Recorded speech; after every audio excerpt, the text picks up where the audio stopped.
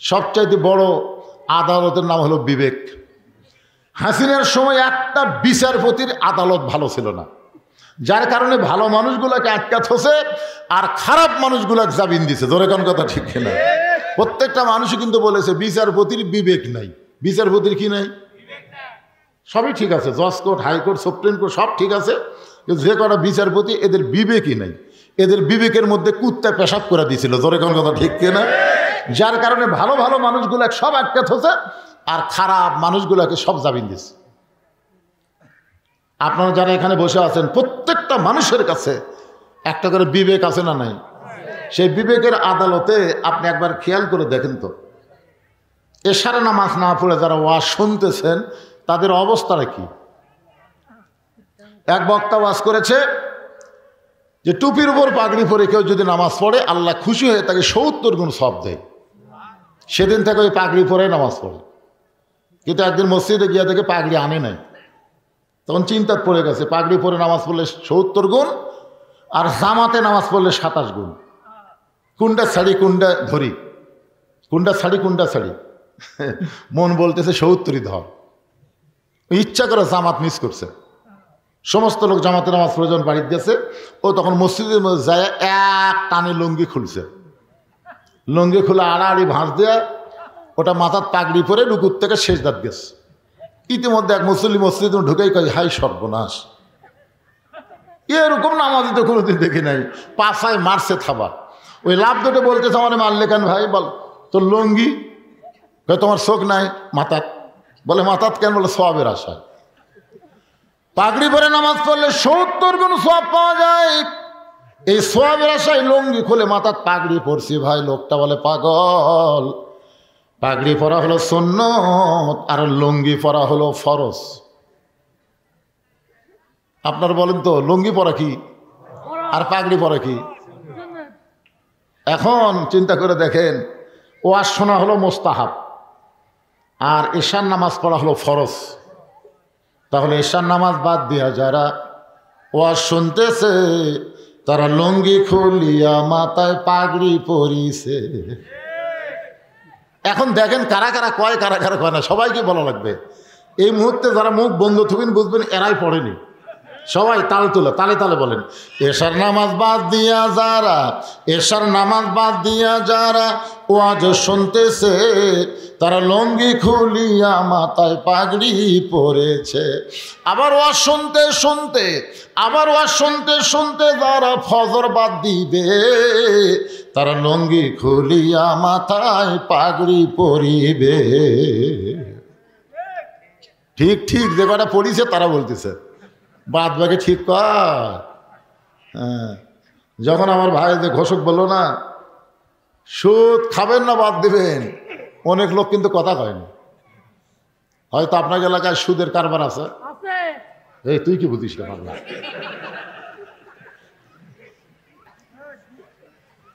লাইলাতুল মিরাজ এমন একটা রাতে আজকের মাহফিল হচ্ছে, সুবহানাল্লাহ বলেন। এই যারা দাঁড়িয়ে আছেন কি আসলে বসার জায়গা নাই না বসবেন না?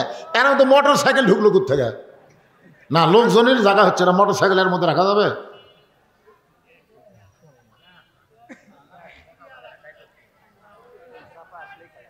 কি চাপেলেন? চাপা নিয়ে আছে। হ্যাঁ, এই সাইডে মিডিয়ার কারণে কিছু লোক বসতে পারতেছে না। ঠিক আছে, আপনার যারা বসে আছেন একটু চাপেন। ওয়াজ এখনো শুরু হয়নি, কেবল হচ্ছে। একটু সামনে দিকে চাপেন আর জিকির করেন। এটা চাপার জিকির। চাপার জিকির বোঝেন না? আল্লাহর হস্তে। কার হস্তে? আল্লাহর হস্তে বললে একটা ঝোঁক দেওয়াই লাগবে। আপনি দেহ যদি না ঝোঁকে পাথরের মতন কিন্তু ভারী হবে। শেষ আগামীকাল দেহই টানে পারবেন না। সবাই বলে না আমার দেহই আমার কাছে ভারী লাগতেছে ভাই, এই জন্য সামনে চাপেন আর জিকির করেন। লা ইলাহা ইল্লাল্লাহ, জোরে লা ইলাহা ইল্লাল্লাহ, লা ইলাহা, মহব্বতে জোরে জোরে লা ইলাহা ইল্লাল্লাহ।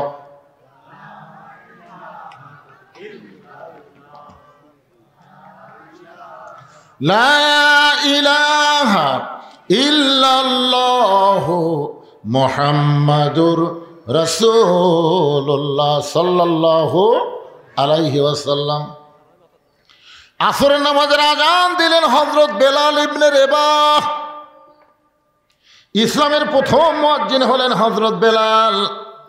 আল্লাহ রাসূল বলেছেন কিয়ামত পর্যন্ত যত মুয়াজ্জিন হবে এই মুয়াজ্জিনরা আজান দিবে মুসল্লির কান পর্যন্ত পৌঁছবে, কিন্তু হযরত বেলাল যখন আজান দেয় ওই আজান আল্লাহর আরশ পর্যন্ত পৌঁছে যায়। কিছুদিন আগে এক মুয়াজ্জিন আমারে কইছে, হুজুর আমি একটা বিপদে আছি। আমি কি বিপদ? বলে ফজরের আজান যখন শুরু করি তখন 4-5টা কুত্তা কুটি থেকে যে দৌড়ে আসে, মসজিদের জানলার উপর পা তুলে দেয় উ করে। হুজুর এই আমার আজান ওরকে একত্র হয়ে মাইক দিয়ে প্রকাশ পায়।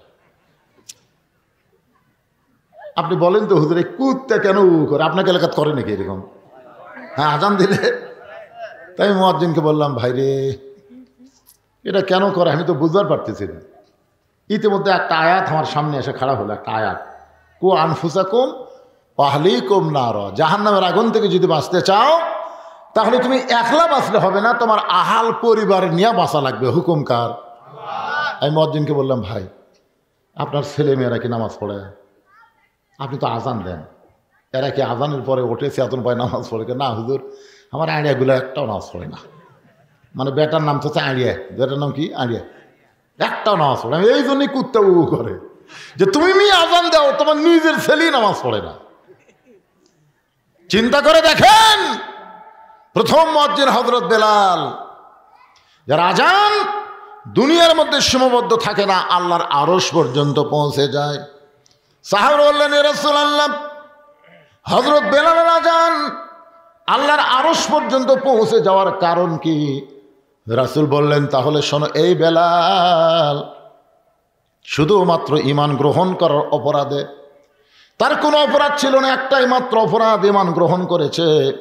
আর এই গ্রহণ করার অপরাধে সারাদিন ধরে বেলালকে মারছে।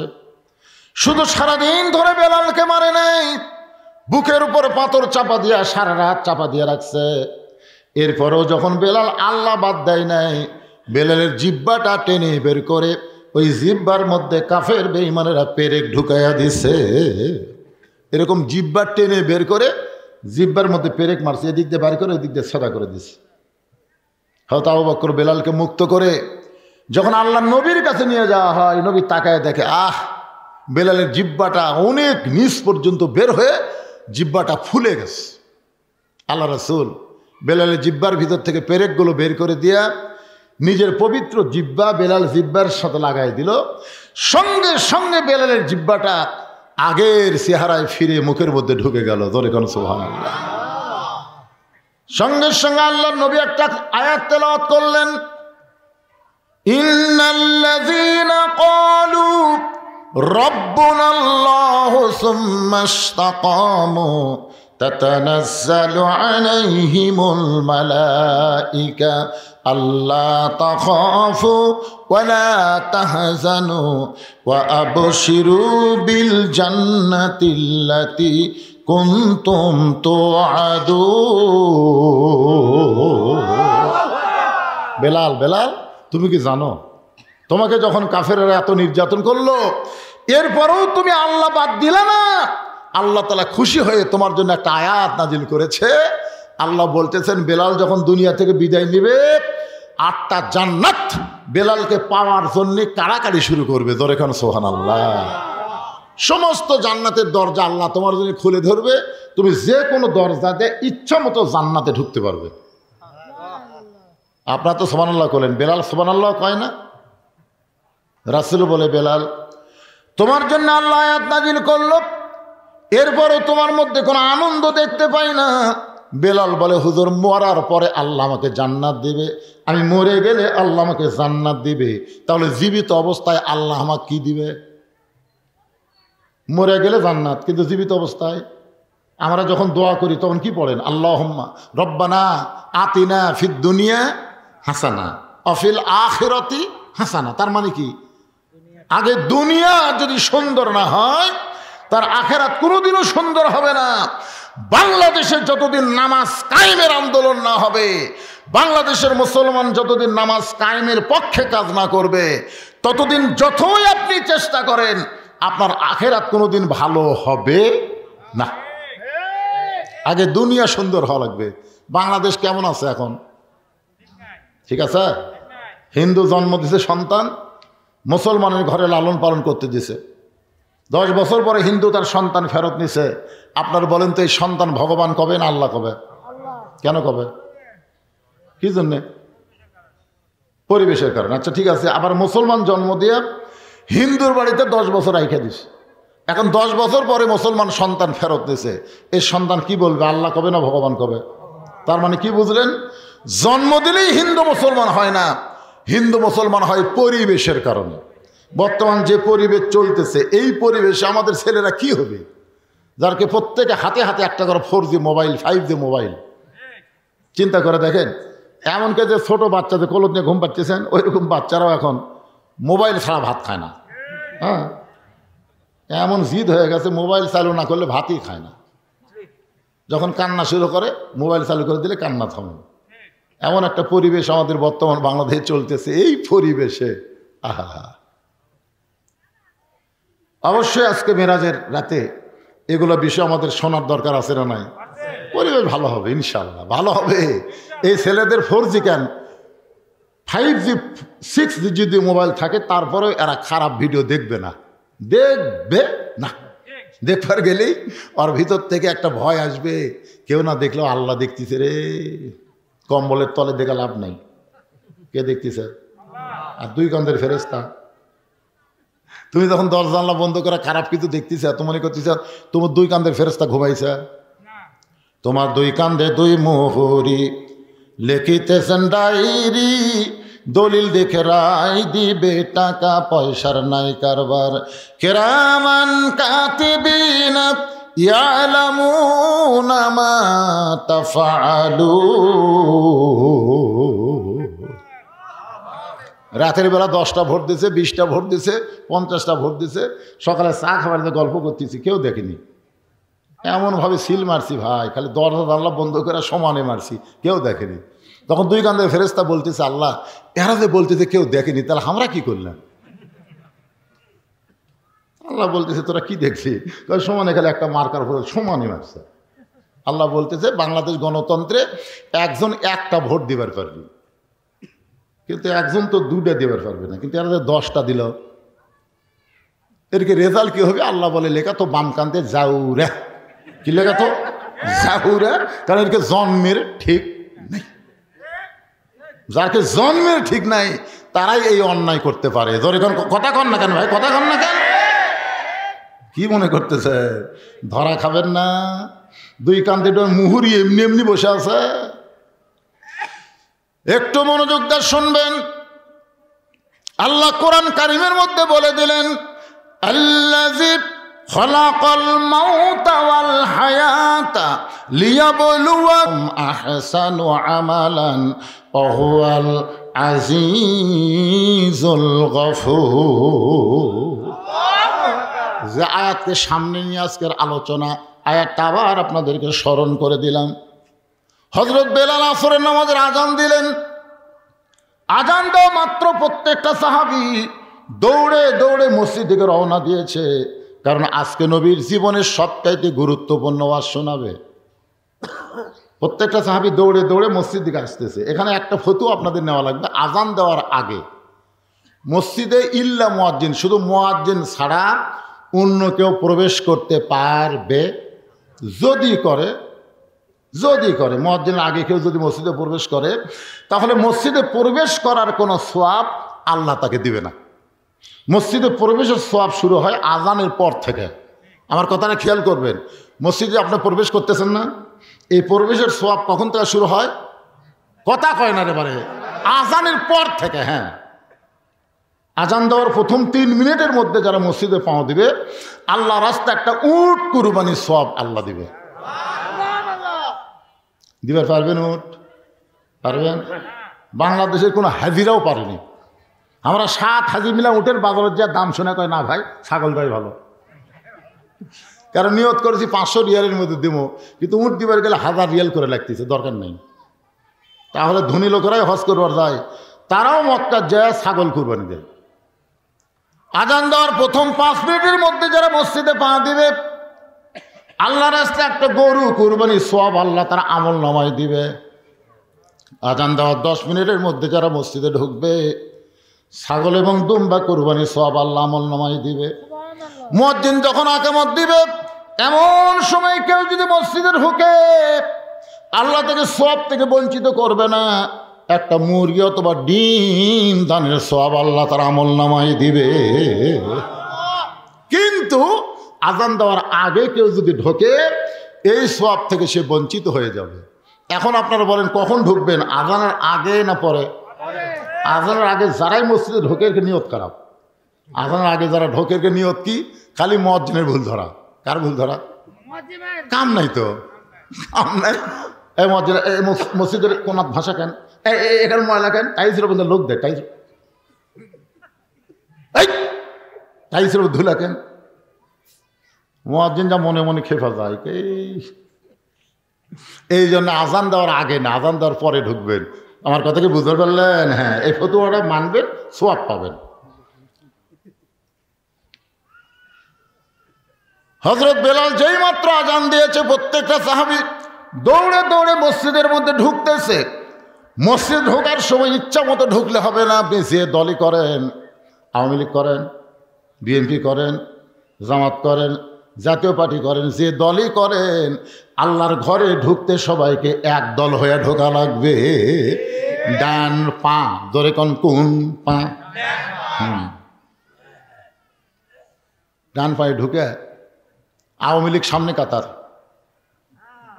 বিএনপি দ্বিতীয় কাতার, জাতীয় পার্টি তৃতীয় কাতার, আর জামাত চতুর্থ কাতার। কি মনে করতেছেন? একদিন মসজিদের মধ্যে 3 দল ঢুকছে, কিন্তু ইমাম সাহেবের মায়ের অসুখ, হাসপাতালে নিয়ে গেছে। ইমাম আসে নাই। এখন আওয়ামী লীগ, বিএনপি, জামাত, এই 3 দল ঢুকে দেখতেছে হুজুর নাই বারে, এখন সামনে কে যায়? জামাত ইসলাম আওয়ামী লীগ বলতেছে, ভাই তোরাই বড় দল, তোরকে একজন সামনে দেখা। না না, পাগলা, আমরা মাঝে মধ্যে নামাজ পড়ি রে, ওই জায়গার জীবনেও খাড়া হয় না। তাহলে বিএনপি ভাই কি খবর? আকামত দেবো, আকামত দেবো। তাহলে যাবি কে? জামাত তুমি যাও। কি মনে করতেছেন? যখন একের কাঁধে কাঁধ মিলে আওয়ামী লীগ, বিএনপি, জামাত খাড়া হচ্ছে, ফেরেশতা বলতেছে আল্লাহ এরা বাইরে 14 দল 20 দল, ভিতরে এক কাতার, কারণ কি? আল্লাহ বলতেছে মসজিদ যেমন আল্লাহর বিশ্বাস করে, আওয়ামী লীগ, বিএনপি, জামাত গোটা বাংলাদেশও আল্লাহর এই বিশ্বাস যেদিন করবে, সেদিন মসজিদের সৌন্দর্য সমাজের মধ্যে, রাষ্ট্রের মধ্যেও প্রতিফলন হবে। জোরে কোন কথা ঠিক না?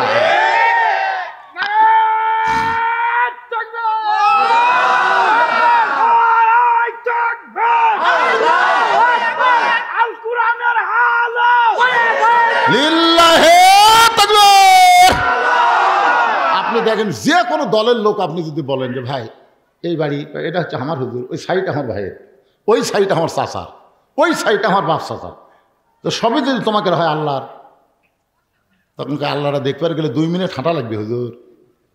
2 মিনিট হাঁটা মসজিদের সামনে যা বলতে হুজুর এখানেও আল্লাহর কিছু ছিল না, আমার চাচা 10 শতক আল্লাহ দান করছে, আর আমরা টাকা পয়সা দিয়ে আল্লাহ ঘর বেড়ে দিচ্ছি। ফেরেশতা ভাই আল্লাহ এই দেশের নাম কি? হ্যাঁ, এই দেশে তোমার কিছুই নেই, আর চাচা দান করলে তোমার জায়গা হয়, আর ওরা টাকাতে তোমার ঘর বানিয়ে দেয়, এই দেশের নাম কি? আল্লাহ বলতেছে ওই দেশে মানুষের আইন যতদিন চলবে ততদিন শুধু মসজিদকেই ওরা আল্লাহর ঘর বিশ্বাস করবে, আর যেদিন আমার কোরআন যে দেশ চলবে সেদিন আর মসজিদ আল্লাহর থাকবে না, গোটা বাংলাদেশ আল্লাহর হয়ে যাবে। জোরে কোন কথা ঠিক না? এখন আপনারা আল্লাহ কতটুকু দিচ্ছেন?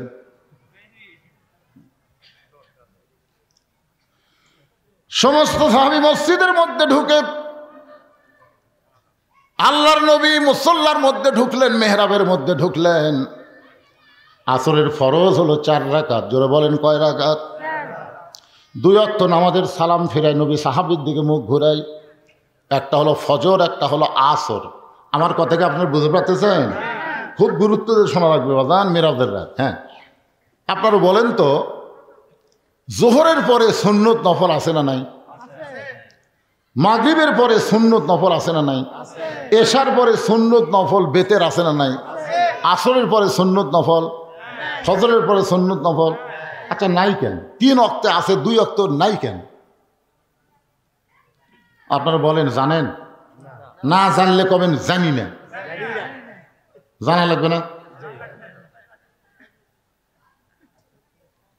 কেউ যদি যাবার চায়, যে এখন এক ভাই চলে গেল, কেউ যদি এরকম যাবার চায় আপনারা বলবেন স্যান্ডেল থুয়ে যা।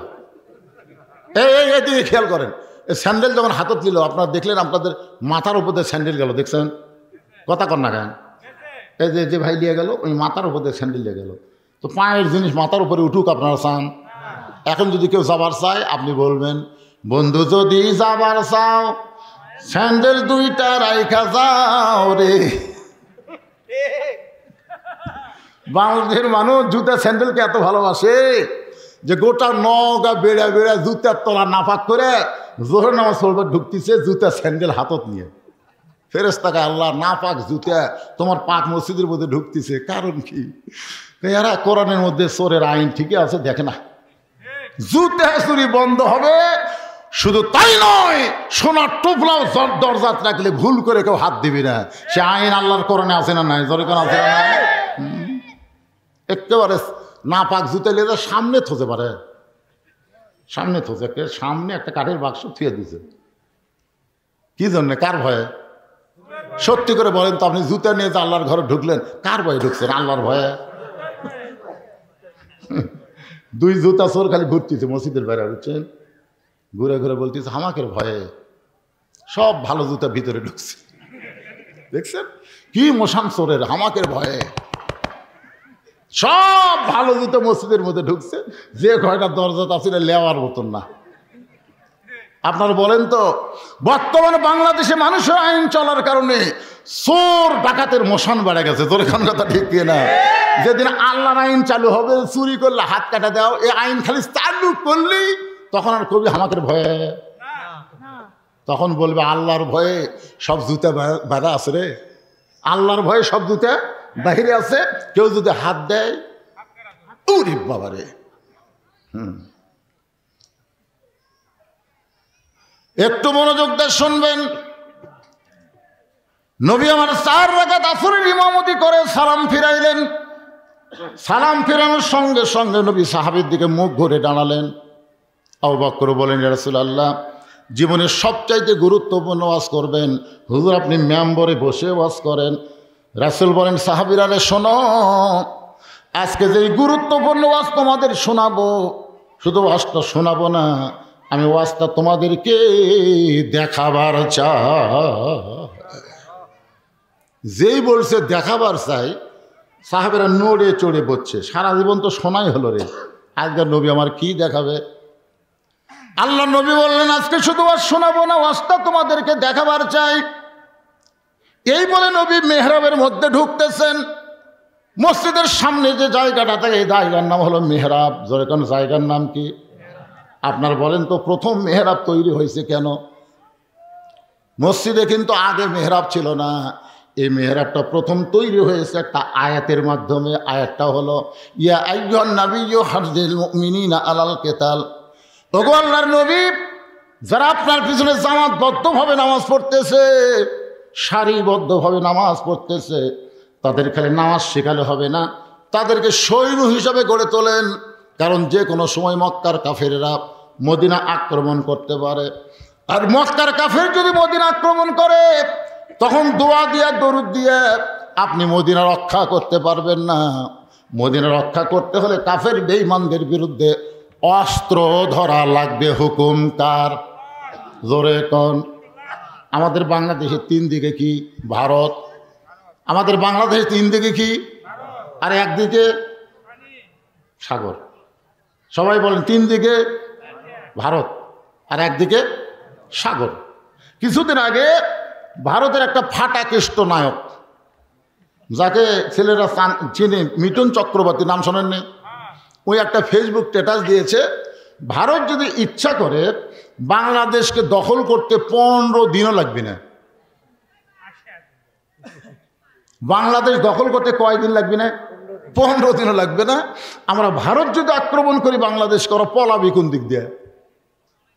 3 দিকে আমরা ভারত খাড়া হয়ে আছি, আর একদিকে সাগর। পলানোর কোনো রাস্তা নাই। আপনারা বলেন, একটা মালওয়ানের দল হয়ে আল্লাহর দলক এরকম হুমকি দিল, আপনারা আল্লাহর দলেরা কি বললেন? ফেসবুকে স্ট্যাটাস আপনারা পাল্টা দিছেন, আমি দিছি। বেতন চক্রবর্তীর সাথে সাথে কমেন্ট করছি, আবার আমি একটা ফেসবুক স্ট্যাটাস দিলাম, মালওয়ানের বাচ্চারা এত সাহস করিস না, ভুলেও বাংলাদেশের দিকে আসিস না। যদি আসিস আমাদের ছেলেরা 3 হাতা লাঠি দিয়ে তোর কোক পাড়ায় ধরে একটা খুর থাকবি, গোড়া কাটবি না, আগা কাটা পোলটা দিয়ে কলম করে দিবি। জোরে কোন কথা ঠিক করে। কারণ ভগবানের ভ বাদ দিলে গবনের কোনো অর্থ ডিকশনারি নাই। গবনের গ বাদ দিলে বান মানে বন্যা, দুনিয়ার কোনো মানুষ চায় না। বা বাদ দিলে নো মানে ভগবান নেই। আর সেইটা নিয়ে মাস্তানি মারিস না। আমরা যাকে আল্লাহ বিশ্বাস করি, আল্লাহু লা ইলাহা ইল্লা হুয়াল হাইয়ুল কাইয়ুম। মন যদি আলিফ বাদ দেন, লিল্লাহি মা ফিস সামাওয়াতি ওয়াল আরদ। আবার যদি মন চায় লাম বাদ দেন, লাহুল মুলকু ওয়া লাহুল হাম।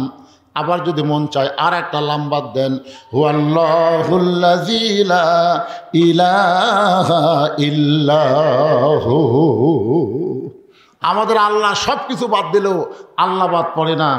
মুসলমানের আল্লাহ সদা বিরাজমান। জোরে বলেন ঠিক, আরো জোরে বলেন। আমেরিকায় কিছুদিন আগে আল্লাহ একটা আগুন দিছিল, আপনারা জানেন আগুন? হায় হায়, পুরা সারখার হয়ে আসতেছে। ওরা যত প্রকার বুদ্ধি শুদ্ধি যা আছে পানি টানি ঢাইলে বালু টালু দিয়ে উপরে জাহাজ নিচে জাহাজ দিয়ে আগুন খালি বাড়ি। তখন আমেরিকা চিন্তা করে কি হলো, তখন মুসলমানের কাছে এসে বলল, ভাই আমাকে ঈশ্বরের খাওয়া নেই, আমাকে গড মরে গেছে, এখন তোরকে আল্লাহর আজান দে। বিশ্বাস করেন মুসলমান আজান দেওয়া শুরু করলো।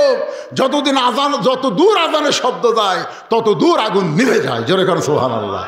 আর আজান দেয় আর আগুন যত দূর আজানের শব্দ যায় তত দূর আগুন নিভে যায়। এ পর্যন্ত 1300 খ্রিস্টান শুধুমাত্র মুসলমানের আজান শুনে মুসলমান হয়ে গেছে। জোরে করেন সুবহানাল্লাহ। কি মনে করতেছেন কোনো অস্ত্র দিয়ে যখন কাম হয় না তখন আল্লাহু আকবার দেওয়া হয়, অথচ আমরা সেইটা বিশ্বাস করবার পারলাম না। আল্লাহর বান্দার একটু খেয়াল করবেন, আমরা মুসলমান। আল্লাহ তাআলা কেন বললেন লিয়াবলুয়াকুম আইয়ুকুম আহসানু আমালান ওয়া হুয়াল আজিজুল গফুর। নবী মেহরাবের মধ্য থেকে একটা ধূসর বরণ থলিয়া বের করতেছেন। থলিয়া মানে ব্যাগ। জোরে কান, থলিয়া মানে কি?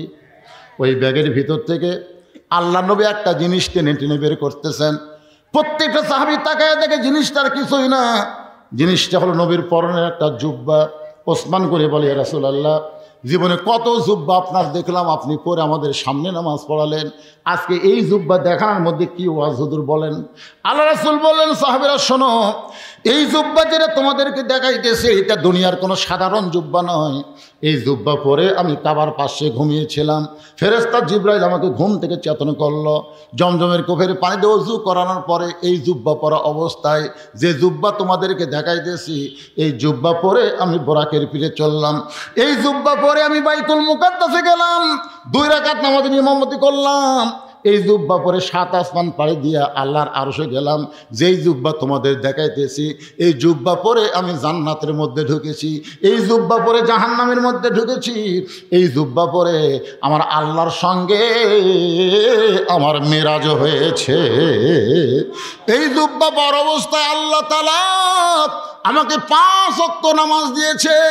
এই জুব্বা পরে বাইতুল মামুরের মধ্যে আমি ফেরেশতাদের ইমামতি করেছি। আমি নবী মেরাজ পাড়ি দিয়ে আসার পরে এই দামি জুব্বা আর কোনোদিন আমি নিজে পরি নাই। এই জুব্বাটা এই থলিয়ার মধ্যে যত্ন করে রাইখে দিয়েছি। আমি নবী চলে যাব, কিন্তু এত দামি জুব্বা নিয়ে যাব না। এই জুব্বাটা তোমাদের মধ্যে কাউরে না কাউকে আমি নিজের হাতে পরায়া দিব। লিল্লাহে তাকবীর। আল্লাহ নবী বলেছেন তোমাদের মধ্যে কাউকে না কাউকে এই জুব্বাটা আমি নিজের হাতে পরায় দিব। প্রত্যেকটা সাহাবী জুব্বার দিকে লুলুপ দৃষ্টিতে তাকায় আছে। লুলুপ বোঝেন না? যেই জুব্বা পরে নবী বাইতুল মুকাদ্দাসে নবী রাসূলের ইমামতি করছে, যেই জুব্বা পরে বাইতুল মামুরের মধ্যে ফেরেশতাদের ইমামতি করেছে, যেই জুব্বা পর অবস্থা আল্লাহর সাথে মেরাজ হলো, যেই জুব্বা পরে আল্লাহ নবীকে 5 ওয়াক্ত নামাজ দিল, এই দামি জুব্বা নবী কোন সাহাবীকে দিবেন? কে এমন জুব্বা পেয়ে নিজের জীবনকে ধন্য করবে? সবাই যখন চিন্তা করতেছে, এমন সময় নবীর পাশেই একজন সাহাবী বসে মনে মনে চিন্তা করে, এই জুব্বা বুঝি নবী আমাকেই পরাই দিবে। এই সাহাবীর নাম হলো হযরত আবু বকর। জোরে বলেন নাম কি? আল্লাহ রাসূল বলেছেন, আল্লাহর পরে এই দুনিয়াতে কেউ যদি আমার আপন থাকে, সেই সাহাবীর নাম হলো আবু বকর। আল্লাহর পরেই এই দুনিয়াতে কেউ যদি আমার বন্ধু থাকে, সে বন্ধুর নাম হলো হযরত আবু বকর। সাহাবী বললেন, ইয়া রাসূলুল্লাহ, আবু বকর আল্লাহর পরে আপনার বন্ধু কেমনে হলো? রাসূল বললেন, তাহলে শোনো, একদিন বলেছিলাম গভীর রাতে মক্কা থেকে মদিনায় হিজরত করা লাগবে। কবে করা লাগবে সেই দিনক্ষণ কিছুই বলি নাই, কিন্তু এই কথা বলার 6 মাস পরে আল্লাহ যখন আমাকে হিজরতের হুকুম দিল, আমি চুপি চুপি আবু বকরের ঘরের দরজায় আস্তে করে একটা ঠোকা দিলাম, সঙ্গে সঙ্গেই দরজা খুলে গেল। রাসূল বললেন, আবু বকর এই গভীর রাতে তোমার দরজা আসতে কি আগে থেকেই তুমি জানতে? আবু বকর বলে, রাসূলুল্লাহ ওই যে কয়েক মাস আগে বলেছিলেন একদিন গভীর রাতে আমাকে সঙ্গে করে আপনি হিজরতে মদিনায় যাবেন, সেদিন থেকে আজ পর্যন্ত কোনো রাত্রিবেলা ঘুমাইনি, বরং মাসের পর মাস সারা রাত আমি দরজায় দাঁড়িয়ে থাকি। রাসূল বললেন, চলো যাই। আবু বকরকে সঙ্গে করে নিয়ে নবী গেলেন গারে সুর। মাটি থেকে 5600 ফুট উপরে একটা গর্তের মধ্যে নবী আর আবু বকর আত্মগোপন করলেন। বাজান, গর্তের গরমে নবী এক সময় একটু দুর্বল হয়ে আবু বকর উরাতটাকে বালিশ বানায় নবী ঘুমায় গেলেন। নবী যখন ঘুমায় গেছে, আবু বকর গুনগুন করে একটা গান গাইতেছে, শিশুকালে মইরা গেছে মা, গর্ভে থাকতে মরছে পিতা, নবী চোখে দেখলেন না। আবু বকরকে আল্লাহ এই মানুষটা জীবনে কাউরে কষ্ট দিল না, এই মানুষটা কোনোদিন কাউরে কষ্ট দেয়নি, চড়া কোনো কথা বলে নাই। আর সেই মানুষটাকে আজকে মক্কার মানুষেরা দেখতে পারতেছে না। এই গভীর রাত্রে গর্তের মধ্যে দুর্বল হয়ে আবু বকর রাতকে বালিশ বানায় ঘুমায় গেছে। হঠাৎ আবু বকর দেখতে পায় নবীর কপাল ঘেমে মুক্তার দানার মতন ঘাম বের হয়ে গেছে। মুক্তার দানার মতন ঘাম দিকে আবু বকরের বড় লোভ হয়েছে, ওই ঘামটা যদি হাতের মধ্যে নিয়ে আমার চেহারার মধ্যে মালিশ করতে পারি, অন্তত নবীর ঘাম চেহারায় থাকার কারণে আল্লাহ তাআলা আবু বকরকে মাফ করে দিবে। এই মনে করে ডান হাতে ঘামটা নিয়ে যখন চেহারার মধ্যে মালিশ করতেছে, যেই মাত্র নিজের চেহারার মধ্যে মালিশ করে, সঙ্গে সঙ্গে 4 সূর্য গ্রহ তারা তারি নূরের ইশারা, 4 সূর্য গ্রহ তারা তারি নূরের ইশারা, নইলে যে অন্ধকারে ডুবিত এই ধরনী। সবাই বলেন, নবী মোর পরশমণি, নবী মোর সোনার খনি, নবী নাম ভাবে যেজন সেই তো দোজাহানের ধরি। গোটা গর্ত আলোকিত হয়ে গেছে। এই যে ঘাম খালি চেহারায় মালিশ করছে, সঙ্গে সঙ্গে গোটা গাড়ির সুর আলোকিত হয়ে গেছে। হঠাৎ আবু বকর দেখতে পায় তার বাম সাইডে 2 হাত উপরে একটা ছিদ্র, ওই ছিদ্র দিয়ে যদি কিছু বের হয়ে নবীকে কামড় দেয়। ডান পায়ে উরাতের উপর নবী ঘুম পাড়তেছে, আর বাম পাখানা ছিদ্রের মুখে লাগাই দিছে। লিয়াবলুয়াকুম আইয়ুকুম আহসানু আমালা। আল্লাহ তাআলা বলতেছে, আমি আজকে সুন্দর আমলের পরীক্ষা করব। আমার আবু বকর নবীকে বেশি ভালোবাসে না নিজের জীবনকে বেশি ভালোবাসে, আজকে পরীক্ষা হবে। আল্লাহ কয়, বিষাক্ত সাপ আর পাহাড় এলাকায় ঘুরিস না, যা যা ছিদ্রের মুখে পাটা দিছে ওই পায়ের তালুতে কামড় মার। আল্লাহর হুকুমে একটা বিষাক্ত সাপ বিষ ভরা নিয়ে মুখে আবু বকরের পায়ের তালুতে যেই মাত্র কামড় বসায় দেয়, সঙ্গে সঙ্গে বিষটা চলে আসছে কলিজায়। আবু বকর বলে, সাপরে তুই মনে করছিস তুই কামড় মারলে আমি পা টান দিব? সাপরে শুনে নে, দরকার হলে মরে যাব, কিন্তু আমার নবীর ঘুম আমি ভাঙতে দিব না। সাপরে তুই যতই কামড় মার আমি পা টান দিব না। সাপটা বলে, আল্লাহ কামড় মারার হুকুম দিলেন, বিষ্ণে কামড় মারলাম তাও তো পা টান দেয় না। আল্লাহ বলে, আবার কামড় মার, আবার কামড় মার। কিতাবের মধ্যে 5 বার সাপটা কামড় মারল, গোটা দেহ থর থর করে কাঁপতেছে, কিন্তু ছিদ্র থেকে আবু বকর পা টান দেয় না। এক সময় অসতর্ক মুহূর্তে আবু বকরের চোখের পানি নবীর গাল মোবারকে পড়েছে। নবী চোখটা খুলে বলে, আবু বকর বাড়ির কথা মনে করে কাঁদতেছো, 2 বাচ্চার কথা মনে করে কাঁদতেছো, আবু বকর নবীর হাতটা এনে বুকের মধ্যে ঢুকায় বলে, নবী গো, এই বুকটা ছিঁড়ে যদি আপনাকে দেখাইতাম তাহলে দেখতে পারতেন আমার বুকের মধ্যে আল্লাহ নবী ছাড়া আর কেন জায়গা নাই। তাহলে কেন কাঁদতেছ? বলে, ছিদ্রে নবী পাটা দিয়ে কি যেন বারবার কামড় দেয়। নবী হ্যাঁসকা টান মারে, সাপটা বের হয়ে আল্লাহ নবীকে সালাম দেয়। নবী সালামের উত্তর দেয় না। সাপটা আবার সালাম দেয়, নবী সালামের উত্তর দেয় না। আল্লাহর হুকুমে সাপটা বলে, নবী গ, আপনারে সালাম দিলাম কিন্তু সালামের উত্তর দিলেন না। নবী কয়, সাপরে তুই আমার কলজায় কামড় মারবি আর আমারে সালাম দিবি, সালামের উত্তর হবে না। সাপ বলে, নবী আমি কোনোদিন কামড়াতে পারি না, আল্লাহ যদি কামড়ের হুকুম না দেয়। আল্লাহ হুকুম দিয়েছে বলি তো কামড় দিলাম। সঙ্গে সঙ্গে নবী বলে, আল্লাহ যাও বক্করকে নিয়ে আপনি হিজরতের হুকুম দিলেন, এই গাড়ির সুরের মধ্যে তার মৃত্যু আপনি কামনা কেন করলে? আল্লাহ বলে, হাবিব আবু বক্করের পরীক্ষা, Abu Bakkar golden A plus পাইছে, আপনার মুখের থুতু মোবারক পায়ের তালুতে লাগায় দেন, 20টা পানি হয়ে যাবে। 20টা যখন পানি হয়ে গেল, নবী হাত ধরে বলে, আবু বক্কর একবার না, 2বার না, 5বার সাপটা কামড় মারলো। একটা বার কামড় দেওয়ার পরেই তো তুমি আমার ঘুম থেকে চেতন করতে পারতা, কিন্তু চেতন না করে 5টা বার সাপের কামড় কেন হজম করলে? আবু বকর বলে, রাসূলুল্লাহ আমার জীবনের চাইতে আপনার ঘুমের দাম অনেক বেশি। আল্লাহু আকবার। আবু বকর মনে মনে চিন্তা করতেছে, এই জুব্বা বুঝি নবী আমাকেই পরাই দিবে। আবু বকরের বাম পাশে একজন সাহাবী মাথা নিচু করে মনে মনে চিন্তা করে, এই জুব্বা মনে হয় নবী আমাকেই পরাই দিবে। ওই সাহাবীর নাম হলো হযরত ওমর। জোরে কার নাম কি? আল্লাহ রাসূল বলেছেন, আল্লাহ রাসূল বলেছেন, ভাইজানেরা যারা পিছনে দাঁড়িয়ে আছেন, আসলে দেখতে আমারই কষ্ট লাগতেছে। এই ওয়াজ শেষ করতে তো 2-2.5 ঘন্টা লাগবে। আপনারা কি এভাবে দাঁড়িয়েই থাকবেন? জায়গা আছে তো ভাইজান, বসেন ভাই, 1টা ঘন্টা বসেন রে। মেরাজের রাত্রে 1টা ঘন্টা বসলে আল্লাহ 60 বছরের সওয়াব দিয়ে দিবে। সুবহানাল্লাহ বলেন। ভাইজান ওরা একটু বসবার চা, আপনি একটু সামনে আসেন তো দেখি, চাপা চাপা আসেন তো দেখি, আসেন ভাই। দাঁড়ানো ভাই একটু বসতে দেওয়ার জন্যে জিকির করেন আর সামনে দিকে চেপে আসেন আর জিকির করেন, লা ইলাহা ইল্লাল্লাহ। বাবাজি তোমরা বসো, বসো বাবা, সবাই বসো, বসার চান্স নাও, আজকে বসো। আগামীকাল সবে মেরাজ পাবা কিনা কোনো গ্যারান্টি নাই। এই মেরাজের রাত আমরা পাবো তার কোনো গ্যারান্টি আছে? এই জন্য সবাই জিকির করেন আর সামনে আসে, লা ইলাহা ইল্লাল্লাহ, মহব্বতে লা ইলাহা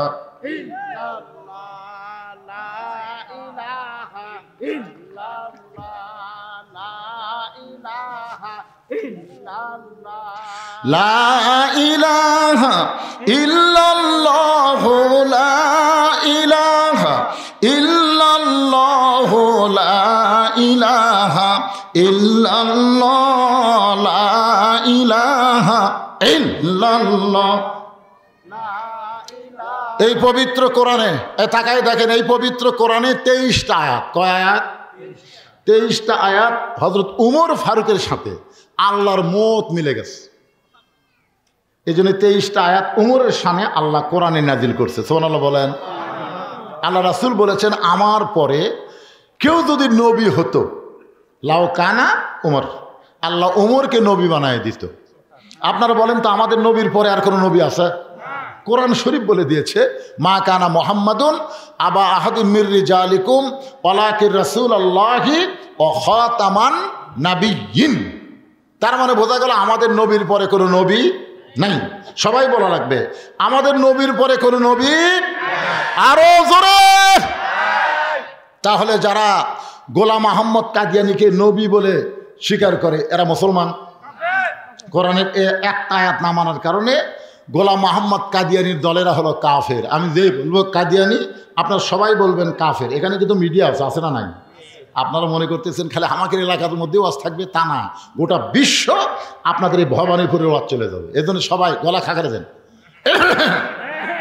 নবী খুশি হবে, আপনাদের ওয়াজের সালাম মদিনার রওজা মোবারকে ফেরেশতারা পৌঁছায় দিবে। সুবহানাল্লাহ বলে। হুজুর আপনার পরে যারাই নবী দাবি করবে তারা কাফের, ভবানীপুরের জনতা বলেছে, আপনার উম্মতেরা বলেছে। এই জন্য আমি যে বলবো কাদিয়ানি, সবাই বলবেন কাফের।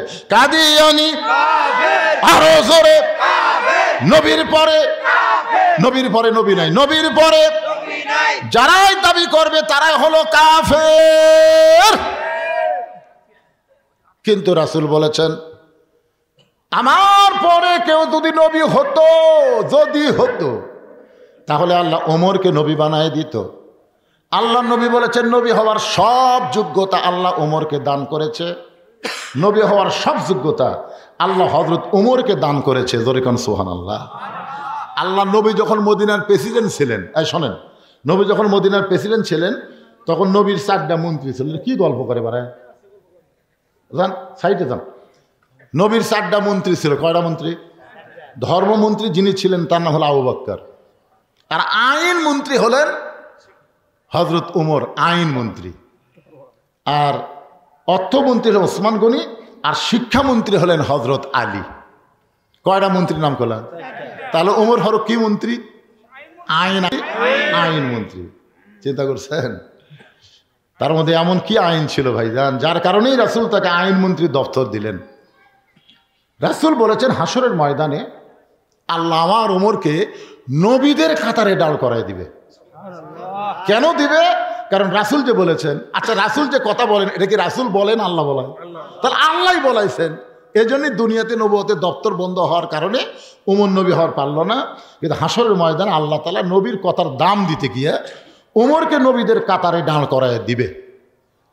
যেই কাতারের প্রথম নবী থাকবে দাউদ আলাইহিস সালাম, ওই কাতারে 2 নম্বরে থাকবে হযরত ওমর, আর 3 নম্বরে থাকবে সুলাইমান। এর আগেও আপনাদের আমি ওয়াজ শুনাইছি, সমস্ত নবীরাই হলো বুদ্ধিমান, আর চালাক নবী হলো 2 জন। সমস্ত নবীরা কি? বুদ্ধিমান। আর চালাক নবী কয়জন? 2 জন। মনে নাই 2 চালাককে? একটা হলো মুসা কালিমুল্লাহ, আর একটা সুলাইমান। বুদ্ধিমানের ব্যাখ্যা হলো আল্লাহ যা বলেছে সাথে সাথেই তাই মানছে, এটা হলো বুদ্ধিমান নবীর ব্যাখ্যা। আর চালাক নবীর ব্যাখ্যা হলো আল্লাহ বলেছে, মানছে ঠিকই, কিন্তু মানার আগে প্রশ্ন করছে মানলে লাভ কি না মানলে ক্ষতি কি জানবার চায়। রাসূল বলেছেন যে আদম আলাইহিস সালামের জায়গায় যদি আল্লাহ মুসা নবীকে তৈরি করে বলতো ওই গাছের কাছে যাওয়া চলবে না, তাহলে মুসা নবী বলতো আল্লাহ যার কাছে যাওয়াই চলবে না সেটা ভালো জায়গা রাখো না, কারণ জান্নাত একটা ভালো জায়গা। তো ভালো জায়গা খারাপ গাছ রাখলে কেন? আর খারাপ গাছ যখন রাইতেছ তাহলে সেটা আমাকে জবাব দিবা না কেন? এরকম নানা ধরনের প্রশ্ন হতো, কারণ চালাক হওয়ার কারণে। জোরে কোন কি হওয়ার কারণে? তাহলে 1 নম্বর চালাকের নাম কি? মুসা কালিমুল্লাহ। 2 নম্বর চালাক নবী সুলাইমান। মনে মনে চিন্তা করবেন আমার বাবা দাউদের পরেই তো আমার থাকার কথা, কিন্তু মাঝখানে নবীটা ঢুকলো কে? এই মনে করে ওমর ফারুকের পিঠে হাত দিবে। রাসূল বলেছেন ওমরের পিঠে যখন হাত দিবে ওমর ফারুক সঙ্গে সঙ্গে বলবে, এই মিয়া তোমার মধ্যে কি আল্লাহর কোরআন নাই? অলিমান খাফা মাকাম রাব্বিহি জান্নাতান। আল্লাহর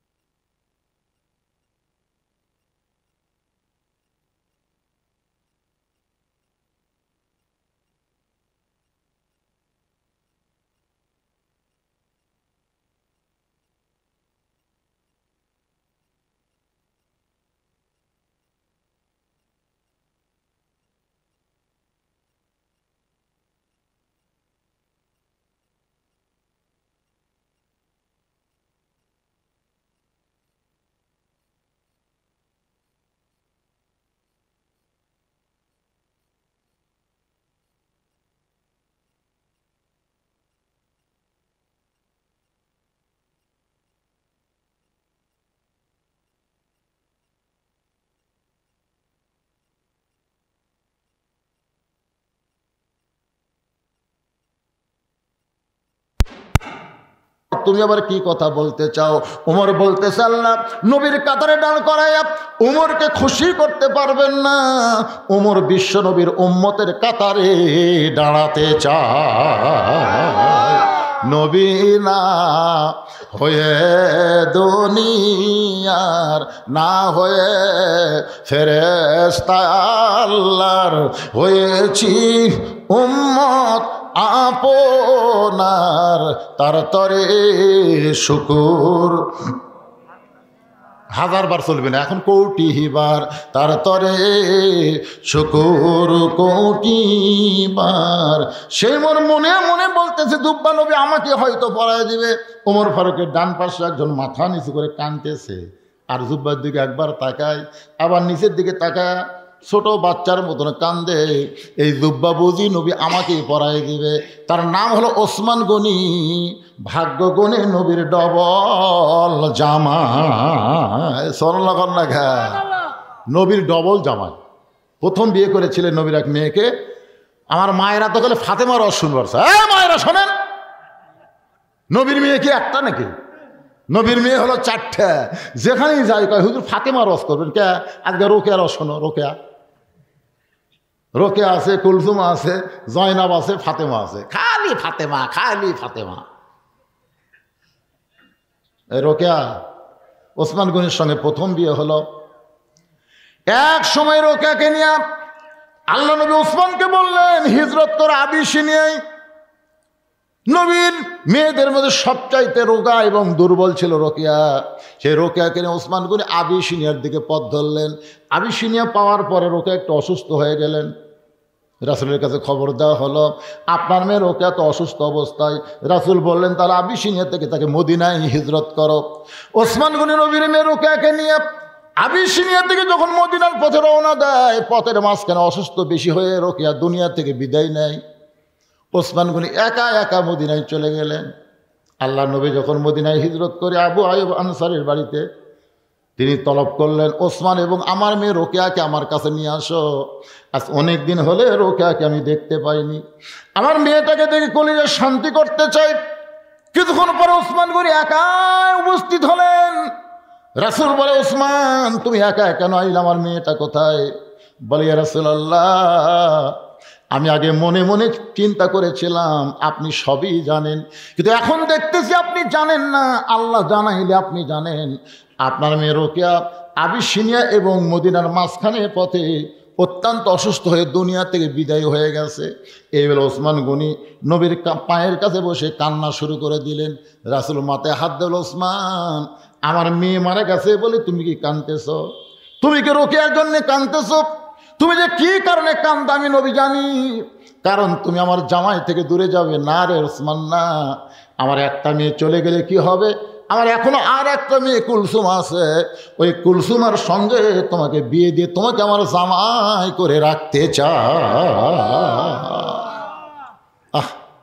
এই জন্য হচ্ছে ডবল জামাই, জিন নুরাইন, 2টা নূরের অধিকারী। জোরে কোন সুবহানাল্লাহ। ওসমান গনি আর একটা ডিগ্রি হলো জ্ঞানী। একদিন আল্লাহ রাসূল বললেন ওসমান আল্লাহ তোমাকে কত সম্পদ দিছে, তুমি কি হিসাব জানো? ওসমান বলে হুজুর একটা হিসাব অবশ্য আছে, মানে আমার যত সম্পদ সব গুদামের মধ্যে আছে, আর ওই গুদামও তালা দেওয়ার পরে যে চাবিগুলো আছে এই চাবিগুলো টানতে একটা উট হিমশিম খায়। মানে উটের পিঠের উপর আমি চাবিগুলো রাখি, উটটা চলতে চলতে এক সময় ক্লান্ত হয়ে যায়। তাহলে চিন্তা করে দেখেন, তালা কড্ডি গুদাম কড্ডি, চিন্তা করছেন? খালি চাবি বোঝেন না আপনারা, চাবি বোঝেন না, তালার চাবি টানতে একটা উট হিমশিম খায়। রাসূল একটু মুস্কি হাইতে বলে ওসমান আল্লাহ যদি তার সমস্ত সম্পদ ফেরত চায়, মনে করো তোমার যত সম্পদ আল্লাহ তোমাকে দিয়েছে এই সম্পদ যদি আল্লাহ ফেরত চায় তুমি কি করবে? সঙ্গে সঙ্গে ওসমান গনি ওই চাবি বহন করা উটটা সহ নবীর হাতে দিয়ে দিলেন। নবী কয় ওসমান কি? কয় হুজুর সবই দিয়ে দিলাম, এমনকি উটটাও পর্যন্ত দিয়ে দিলাম। নবী কয় ওসমান কি কয় কি কন? চাহিদা মাত্র আর বাহককে দিতে বাধ্য থাকিবে, সম্পদের মালিক তা আমি না, আল্লাহ আমার দিছে, আল্লাহ আমার চাষে। নবী কয় ওসমান সব দিয়ে দিলে তোমার থাকলো কি? কয় আমার এখনো 2টা জিনিস খালি কলজার মধ্যে জল জল করে জ্বলতেছে, এইদিকে আছে আল্লাহ, এইদিকে আছে নবী, আমার আর কি লাগবে?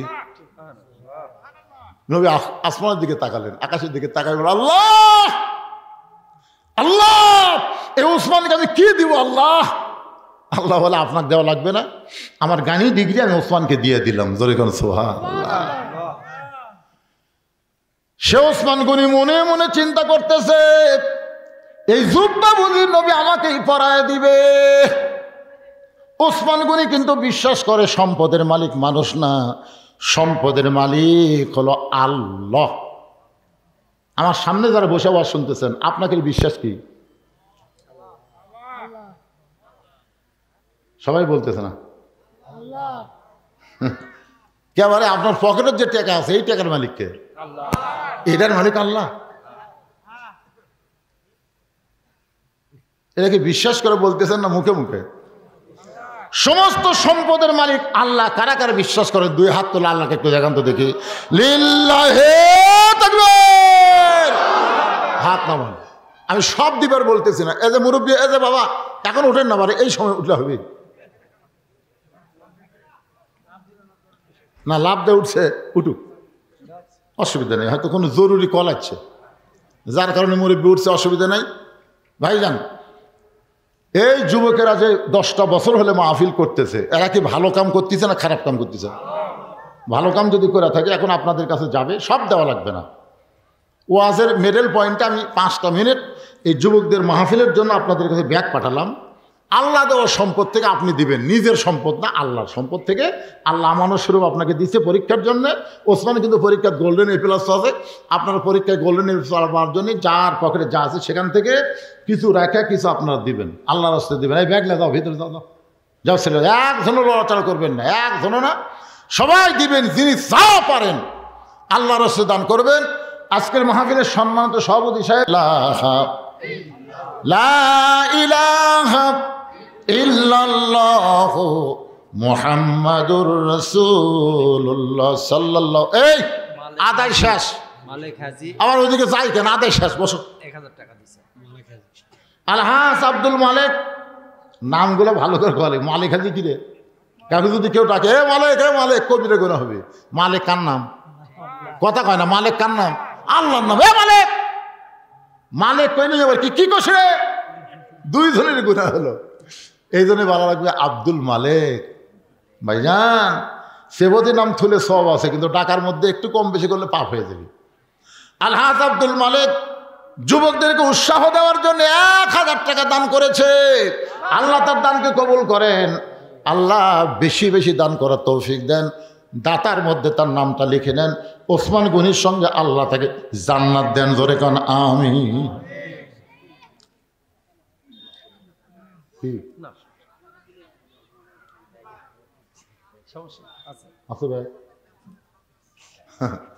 এখন মানে হিরোইন খোর, গাঁজা খোর, আফিম খোর, আবা খোর, বাবা খোর বেশি হচ্ছে। ধরে কোন ঠিক কিনা? কিছুদিন আগে এক মাহফিলে মেয়েদের কাছে আদায় করে যাতে মেয়েরা করছে আমাকে তো আদায় করে নিয়ে গেছে। মাহফিল কমিটি কয় আমাকে তো কেউ আসেনি, কে গেল? এদিকে এরা না যাতে একদল তুলে আউট। কি মনে করতেছেন ভাই রে? আবাখোর, বাবাখোর এগুলো সব খরচ বন্ধ করবার গেলে এই বর্তমানে আইন দেওয়া হবে না, আল্লাহর কোরআনের আইন লাগবে। জোরে কোন কথা ঠিক না? কোরআন খালি ওয়াজ শোনার মধ্যে রাখেন না। লিয়াবলুয়াকুম আইয়ুকুম আহসানু আমালান ওয়াহুয়াল আজিজুল গফুর।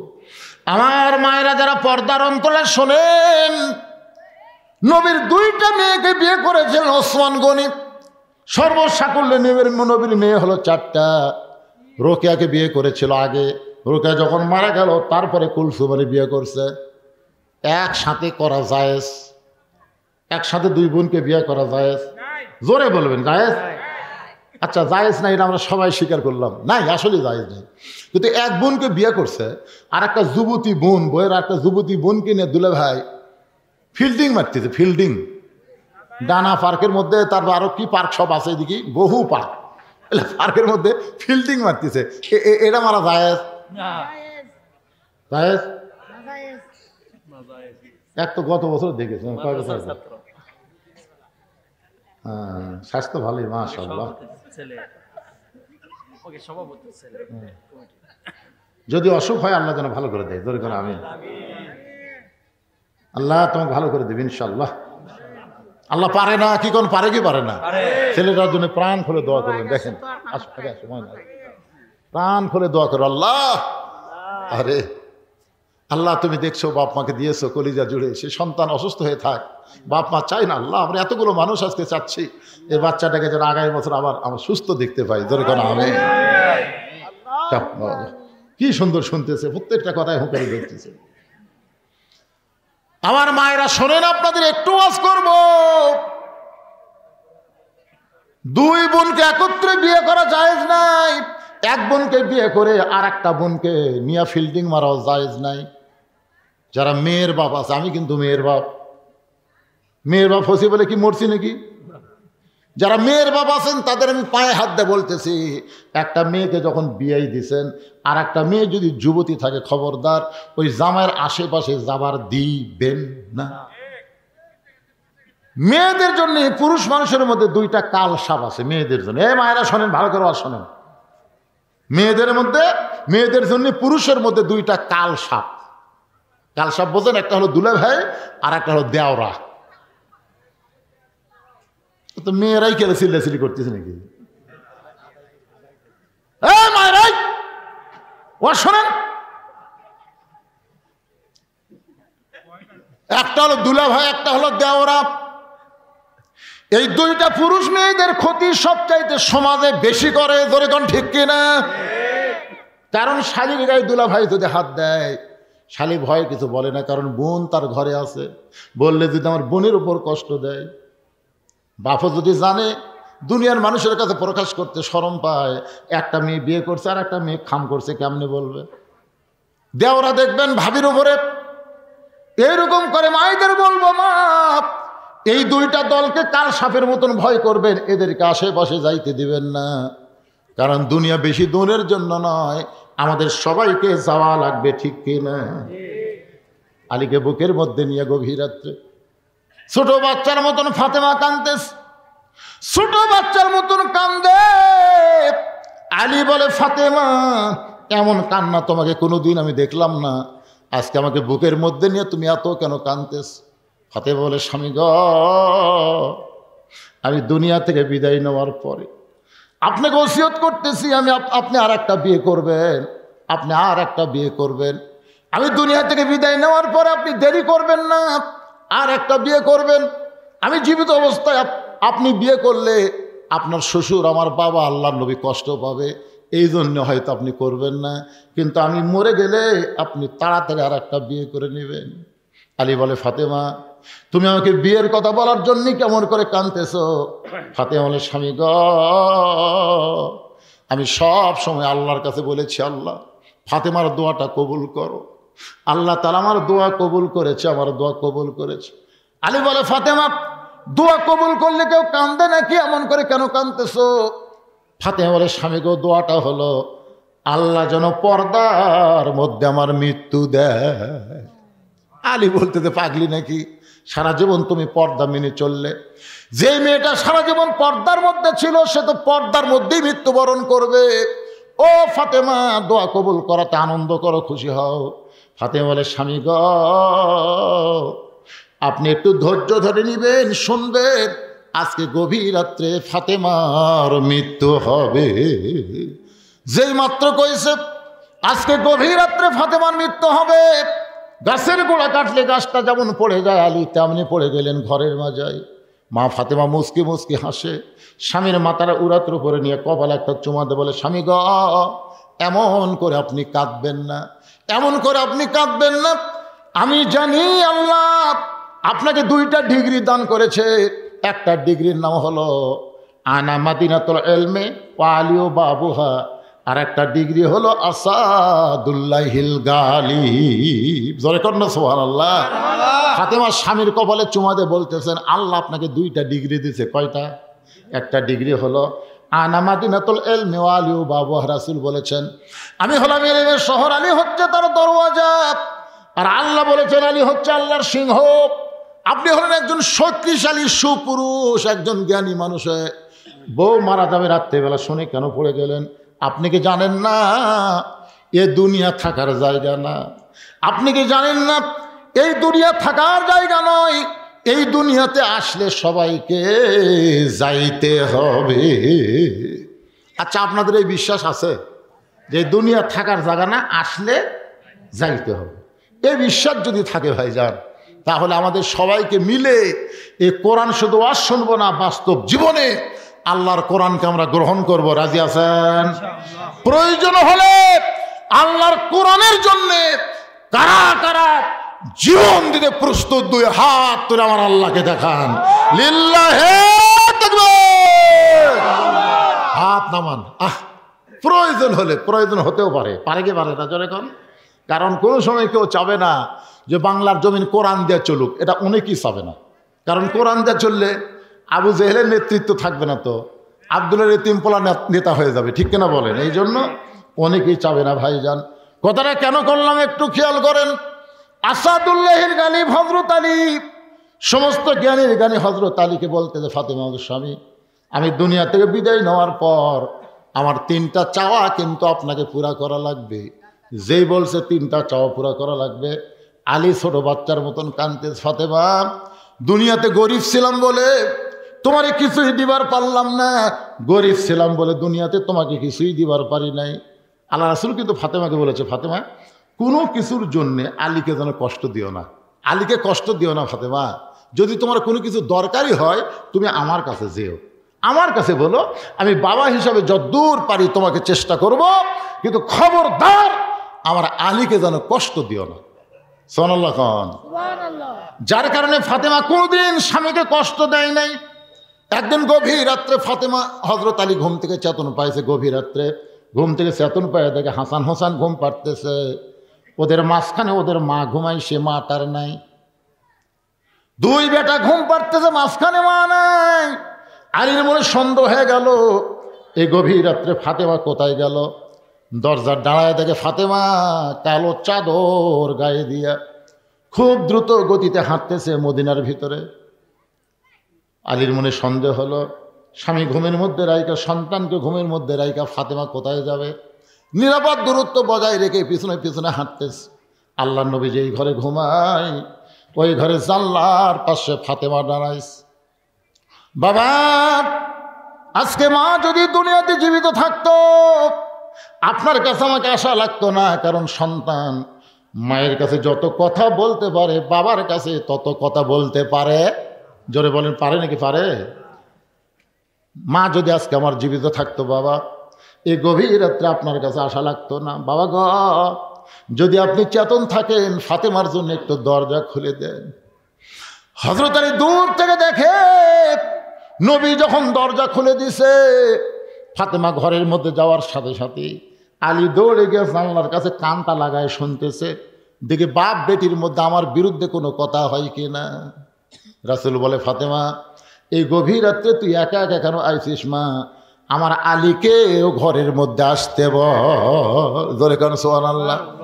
যেই বলেছে তুই একা একা কেন আইছিস ঘরের মধ্যে, আমার আলীকেও ঘরের মধ্যে আসতে বল। হযরত আলী জানলার কাছ থেকে চমকে উঠছে, আমি যে জানলার কাছে, নবীকে জানলো নাকি? ফাতেমা বলে, বাবা আপনার জামাই কেমনে আসবে বাবা? আপনার জামাই ঘুমের মধ্যে আছে, হাসান হোসেন ঘুমের মধ্যে আছে, এই মুহূর্তে আমি একা একা আপনার কাছে আইছি বাবা, মেহেরবানি করে একটু ঘরে বাতি জ্বালান, মেহেরবানি করে একটু ঘরে বাতি জ্বালান। রাসূল বলে, ফাতেমা যদি আলী চেতন পায় তাহলে অবশ্যই তোকে সন্দেহ করবে, কি বলবি বল, তাড়াতাড়ি বলে যা। ফাতেমা বললেন, বাবা বহুদিন বলেছি কাম হয় নাই, আজকে রাতের বেলা একটু আপনাকে দেখাবার চাই। রাসূল যেই মাত্র ঘরে বাতি জ্বলাইছে সঙ্গে সঙ্গে ফাতেমা 2টা হাত নবীর সামনে বাড়ায় দেয়। নবী বাতির আলোতে দেখতে পায় ফাতেমার 2টা হাত গোস্তের টুকরার মতন লাল দেখা যায়। ফাতেমা রে, তোর হাতের চামড়া কোথায়? 2টা হাত গোস্তের মধ্যে কেন দেখতে পায়? ফাতেমা বলে, বাবা জাতা ঘুরাইতে ঘুরাইতে হাতের মধ্যে ফোসকা পড়ে গেছে বাবা, এরপর পুরাতন জাতা ঘুরাইতে গিয়া আমার হাত ফেটে রক্ত বের হয়ে গোটা হাত 2টা গোস্তের মতো। এই গভীর রাত্রে আপনার কাছে আইছি বাবা, মেহেরবানি করে 3 দিনের জন্য একটু খাবার দিবেন, 3টা দিনের জন্য খাবার দিবেন। আমার হাসান হোসেন যেন না জানে, আমার স্বামী যেন না বুঝতে পারে। সঙ্গে সঙ্গে রাসূল ঘরের কোনায় গিয়ে বলে, আল্লাহ আজকে তোমার যদি মেয়ে থাকতো আর মেয়ে এসে যদি তোমার কাছে এইভাবে হাত দেখাতো, বলো আল্লাহ বলো তোমার কেমন কষ্ট হইতো। লাম ইয়ালিদ ওয়া লাম ইউলাদ, তোমার সন্তান নাই, তুমি কারো সন্তান না। আল্লাহ গো, দুনিয়ার কত ধনী ধনী যুবক আমার কলিজার টুকরা ফাতেমার বিয়ে করতে চাইছিল, কিন্তু তুমি আল্লাহ এমন গরিব ঘটকে, এমন গরিবের সঙ্গে ঘটকালি করলাম, সে আলীর সঙ্গে বিয়ে দিলাম, আমার ফাতেমার জীবনে কোনো শান্তি নাই।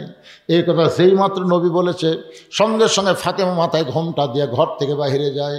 রাসূল বলে, ফাতেমা আমি তো তোর বিরুদ্ধে বলিনি মা, তুই কেন ঘর থেকে বাইরে গেলি? ফাতেমা বলে, বাবা আপনি একদিন আমাকে বলেছিলেন আল্লাহর পরে কাউকে যদি সেজদা দেওয়ার হুকুম থাকতো তাহলে প্রত্যেকটা বিবিকে বলতাম স্বামীর পায়ে সেজদা করো।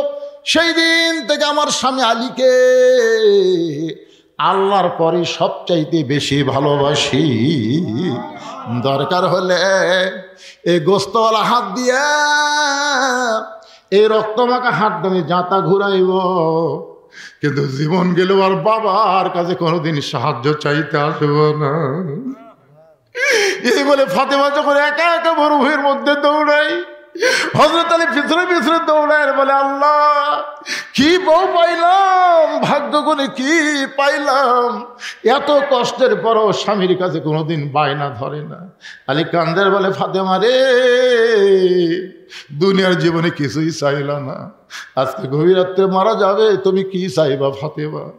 ফাতেমা বলে, স্বামী আমার 1 নম্বর চাওয়া হলো রাতের অন্ধকারে আমাকে দাফন করবেন। আমার 2 নম্বর চাওয়া হলো আমার কোনো জানাজার ব্যবস্থা করবেন না। আমার 3 নম্বর চাওয়া হলো আমার লাশটা কিন্তু খাটনিতে তুলবেন না। ওগো স্বামী, আমি হিসাব করে দেখলাম 4 জন মানুষ খাটনি কান্দে নিবে, এমন 4 জন মানুষ দুনিয়াতে নাই। কারণ আমার বাবা যদি আজকে দুনিয়াতে থাকতো, মারা মেয়ের লাশের খাটনি বাবা কান্দে নিবার পারত। আমার হাসান হোসেন যদি বড় হইতো, মায়ের লাশের খাটনি কান্দে নিবার পারত। কিন্তু আমার বাবা 6 মাস আগে দুনিয়ার সবাইকে ফাঁকি দিয়া বিদায় নিয়েছে। আমার হাসান হোসেন এত ছোট।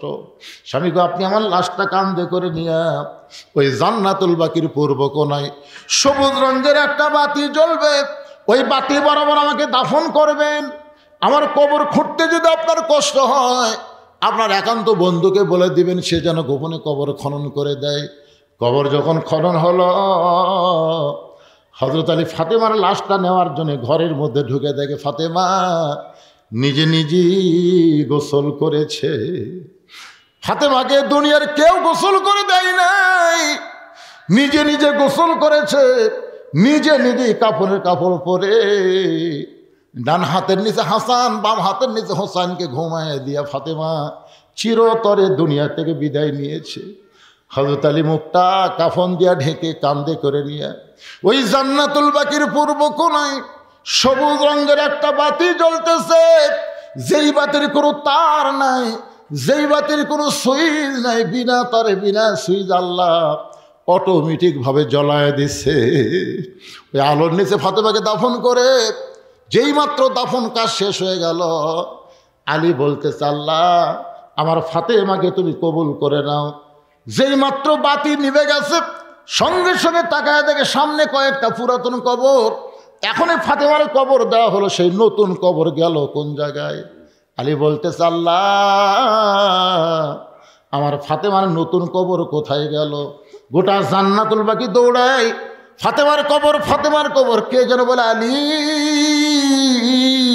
ফাতেমা পর্দা নিশি, আমি আল্লাহ জোহরা ডিগ্রি দিয়া ফাতেমার কবরটাকে কিয়ামত পর্যন্ত পর্দা করে দিয়েছি। আমার মায়েরা, শুধু ফাতেমার শুনলে হবে না, মা ফাতেমার মতন আপনাদেরকে পর্দা করতে হবে। মা মেয়েদের যে যতই আমল থাক, পর্দা যদি না থাকে কোনো আমল আল্লাহ কবুল করবে না। মেয়েদের 1 নম্বর আমল হলো পর্দা, সব সময় পর্দার ভিতরে থাকবেন। 2 নম্বর আমল হলো স্বামীর কথা মতো চলবেন, স্বামীর খেদমত করবেন। তবে সব সময় খেদমত করা লাগবে না, স্বামী যখন খেদমত চাবে তখন আপনারা খেদমত করবেন। আমি মেয়েদেরকে বলতেছি, মায়েদেরকে বলতেছি, স্বামী যখন খেদমত চাবে, আমার কথা কি বুঝলেন? স্বামী যখন খেদমত চাবে তখন খেদমত করা লাগবে, অযথা খেদমত করা যাবে না। অতি ভক্তি চোরের লক্ষণ। দেখবেন অযথা এসে খেদমত করতেছে, কপাল টিপতেছে, পাকা হাঁকাচ্ছে। আপনি কোন কারেন্ট তো আছে, পাকা হাঁকার ওই কারেন্টের ফ্যান তো শত্রু। ওই যদি আপনি বাতাস দেয় তা আমি জান্নাত কেন যাবো? ফ্যান বন্ধ করতে বাতাস করতেছে, এক হাতে কপাল টিপতেছে। স্বামী কয়, আল্লাহ রে আমাকে এটা রাবিয়া বসরি হসে রে, হাই রে হাই। কিছুক্ষণ পরে কান দিচ্ছে। স্বামীকে কান্দ কেন?